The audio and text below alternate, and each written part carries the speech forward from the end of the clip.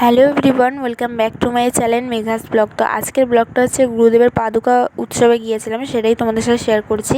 তো এখানে এসে ফার্স্টেই আমি গুরুদেবকে প্রণাম করতে এসে দেখি এত সুন্দর লাগছে না, পুরো চোখ জুড়িয়ে যাচ্ছে, পুরো রাজার মতন লাগছে গুরুদেবকে এখানে। তারপরেই আমি একটু মাতৃসঙ্গ এখানে শুনছিলাম বসে বসে। তো আমি যেহেতু এখানে হঠাৎই গেছি, তাই জন্য আমি আর রাস্তায় কোনো ভিডিওই করিনি। আমি ভেবেছিলাম এখানে 12টার মধ্যে আমি পৌঁছাতে পারবো না, যেহেতু আমার একটু কাজ ছিল। তো গুরুদেব চেয়েছে, তাই জন্যই তার কাছে আমি যেতে পেরেছি, আর গিয়ে এত সুন্দর তাকে রাজার বেশে দেখলাম। তারপরে এখানে আমি আর আমার জেঠিমা প্রসাদ খেতে চলে এলাম। প্রসাদে ছিল ফার্স্টেই, যেটা আসল প্রসাদ, সাবু মাখা। তারপরে দিল হচ্ছে পোলাও, আলুদম, চাটনি আর পায়েস। তারপরে ওখান দিয়ে গেলাম পুটুদের বাড়িতে, যেহেতু ওদের বাড়িতে দুটো খরগোশ এনেছে, সেটা দেখবো বলে আমি গিয়েছিলাম।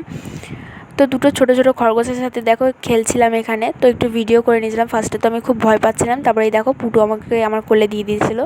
তারপরে আমার ভয় কেটে গেল, একদম একদম ছোট্ট ছোট্ট বাচ্চা। তো আজকের ব্লগটা এইটুকুনি। যদি ভালো লেগে থাকে প্লিজ একটা লাইক করে দিও, সাবস্ক্রাইব করো। দেখা হচ্ছে নেক্সট কোনো ব্লগে।